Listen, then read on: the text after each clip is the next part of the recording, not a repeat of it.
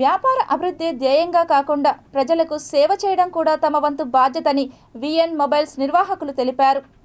తిరుపతి అన్నమయ్య కూడలి సమీపంలోని VN mobiles వద్ద మెగా రక్తదాన శిబిరాన్ని నిర్వహించారు. ఈ శిబిరంలో యువత మరియు విఎన్ మొబైల్ షోరూం నిర్వాహకులు పెద్ద సంఖ్యలో హాజరై రక్తదానాన్ని చేశారు. ఈ సందర్భంగా వారు మీడియాతో మాట్లాడుతూ రక్తదానంపై ఉన్న అపోహలు విడనాడి స్వచ్ఛందంగా రక్తదానం చేసేందుకు ముందుకు రావాలని పిలుపునిచ్చారు.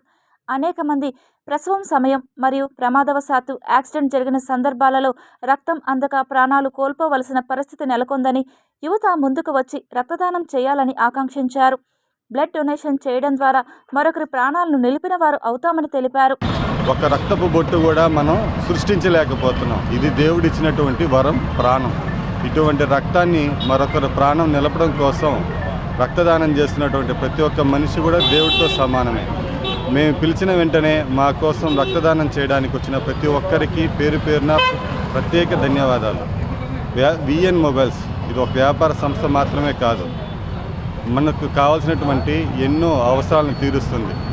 ఈరోజు ఈ రక్తదాన శిబిరం రక్షణ బ్లడ్ బ్యాంక్కే ఇవ్వడం జరుగుతుంది. ఎందుకంటే మాకు వచ్చేటటువంటి కస్టమర్లు, వినియోగదారులు కొంతమంది రక్తం అవసరమని చాలాసార్లు కాల్ చేస్తే వాళ్ళందరికీ రక్షణ బ్లడ్ బ్యాంకు ఫ్రీగా రక్తాన్ని అందించిన సందర్భాలు చాలా ఉన్నాయి.